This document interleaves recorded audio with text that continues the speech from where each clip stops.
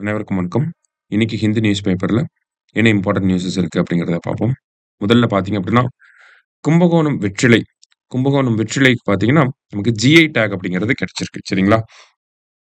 So Kumbakonam beetle leaf அப்படிங்கிறத சொல்றாங்க. So இதுல பார்த்தீங்கன்னா 2 வெரைட்டீஸ் வந்து இருக்கு. அதுதான் இங்க குடுத்துருக்காங்க. வெள்ளை கொடி, அப்புறம் பச்சை பச்சை கொடி அப்படின்னு சொல்லி 2 வெரைட்டீஸ் ஆஃப் பீட்டல் லீஃப் வந்து நமக்கு இருக்கு. இந்த கும்பகோணம் வெற்றிலையை பொறுத்தவரைக்கும் பார்த்தோம்னா, ஏன் சிறப்புற்று இருக்கு அப்படிங்கிறத நம்ம தெரிஞ்சுக்கணும். மத்த வெற்றிலைகள பொறுத்தவரைக்கும் பார்த்தோம்னா, அது பயிரிட்டு விளைஞ்சு வர்றதுக்கு 30 நாட்கள் எடுத்துக்கும். ஆனா, கும்பகோணம் வெற்றிலைய பொறுத்தவரைக்கும் பார்த்தோம்னா, 15லிருந்து 18 நாட்களுக்குள்ளேயே அத அறுவடை பண்ணிருவாங்க. அதே மாரி காவிரி ஆற்றங்கரையில வளரக்கூடிய வெற்றிலைகளுக்கு தனி சிறப்பு உண்டு அப்படிங்கிறத சொல்லுவாங்க. அந்த வகையில கும்பகோணம் வெற்றிலை அப்படிங்கிறது டேஸ்ட்லயும் பார்த்தோம்னா, ரொம்ப நல்லாவே இருக்கும். மெடிசினல் பர்ப்பஸஸ் அப்படிங்கிறதுமே ரொம்ப அதிகமாவே இருக்கு. சரிங்களா? அடுத்தது இந்த கும்பகோணம் வெற்றிலைய பத்தி நமக்கு நம்மளுடைய பாரதியார் அவர்கள் ஒரு ஃபேமஸா ஒரு கோட் சொல்லியிருப்பார். என்ன அப்படின்னா, "கங்கை நதிபுறத்து கோதுமை பண்டம், காவேரி வெற்றிலைக்கு மாறு கொள்வோம்" அப்படின்னு சொல்லியிருப்பார். ஓகேங்களா? அதாவது என்ன சொல்றாரு அப்படின்னா, ஆ கங்கை நதி ஓரத்துல வளரக்கூடிய கோதுமைய வாங்கி அதுக்கு பதிலா நம்ம வெற்றிலைய குடுப்போம் அப்படிங்கிற அந்த ஒரு செய்திய வந்து யாரு சொல்றாங்க அப்படின்னா, பாரதியார் அவர்கள் வந்து சொல்லியிருப்பார். சரிங்களா? ஸோ பேசிக்கா இதுல இருக்கக்கூடிய விஷயங்கள தெரிஞ்சுக்கோங்க.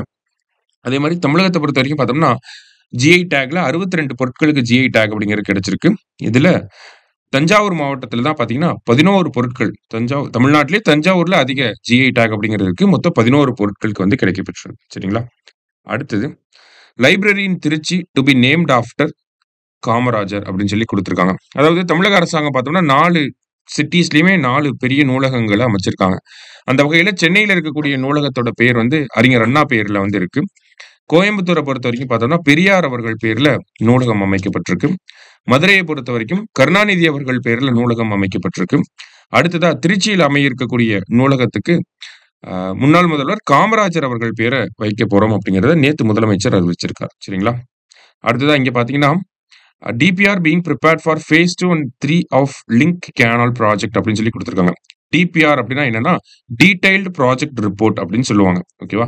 ஸோ இந்த டிபிஆர் அப்படிங்கிறது எதுக்கு தயாரிச்சுட்டு இருக்காங்க அப்படின்னு பார்த்தோம்னா, காவேரி, வைகை, குண்டாறு நதி இணைப்பு திட்டம் இருக்கு இல்லையா? ஸோ அதற்காக இந்த ஒரு விஷயத்த தயாரிக்கிறோம் அப்படிங்கிறது சொல்லியிருக்காங்க. பட் ஸ்டில் நமக்கு இந்த காவேரி, வைகை, குண்டாறு நதிநீர் இணைப்பு அப்படிங்கிறது பார்த்தீங்கன்னா, 2008ஆம் ஆண்டே அறிவிக்கப்பட்ட ஒரு திட்டம். காவேரி ரிவர பார்த்தோம்னா, கரூர்ல மாயனூர் அப்படிங்கிற பகுதி இருக்கு. அங்கிருந்து தெற்கு வெள்ளாறு ரிவரோட இணைக்க போறாங்க. வெள்ளாறு ரிவர வைகையோட இணைக்க போறாங்க. வைகைய குண்டாரோட இணைக்க போறாங்க.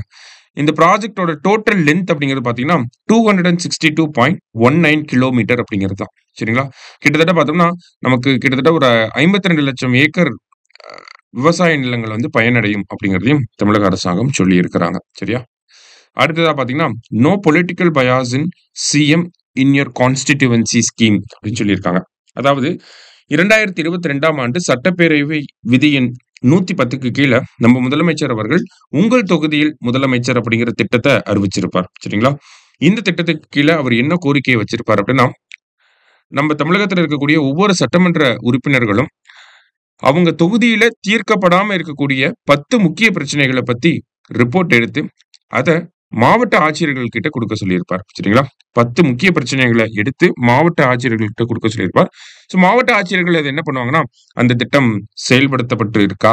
இல்ல அந்த திட்டம் இன்னும் அந்த அந்த ஒரு பிரச்சனைக்கு ஏதாவது தீர்வுகள் காணப்பட்டிருக்கா? இல்ல அந்த தீர்வு காண்றதுக்கான ஸ்டெப்ஸ எடுத்திருக்காங்களா? அப்படிங்கிறத அனலைஸ் பண்ணி, அத கன்சர்ன்ட் டிபார்ட்மெண்ட்ஸ்க்கு வந்து அனுப்புவாங்க. சரிங்களா? ஸோ இதுதான் இந்த "உங்கள் தொகுதியில் முதலமைச்சர்" அப்படிங்கிற திட்டத்த பத்தின ஒரு எக்ஸ்ப்ளனேஷன் அப்படிங்கிறது. சரிங்களா? ஸோ இந்த திட்டத்துக்கு கீழ என்ன மாதிரியான பணிகள்லாம் செய்யப்பட்டிருக்கு அப்படிங்கிறத பத்தி நேத்து சட்டப்பேரவையில விவாதம் ஏற்பட்டுச்சு. அதனால இத நம்ம பார்க்கிறோம். சரியா? அடுத்தது parliament passes bill to set up university for cooperation அப்படின்னு சொல்லி குடுத்திருக்காங்க.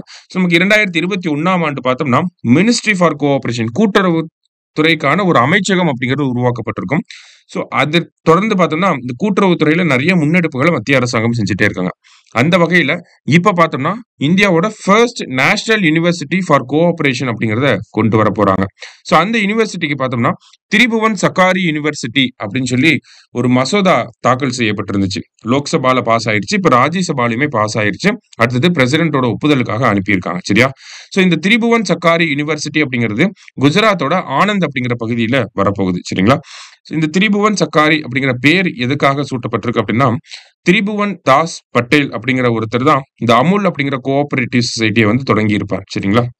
சோ அதனால தான் இந்த யுனிவர்சிட்டிக்கு இந்த கோஆப்பரேட்டிவ் சொசைட்டி பேஸ் பண்ணி வரக்கூடிய இந்த யுனிவர்சிட்டிக்கு திரிபுவன் சக்காரி யுனிவர்சிட்டி அப்படின்னு சொல்லி மத்திய அரசாங்கம் பேர் வச்சிருக்காங்க.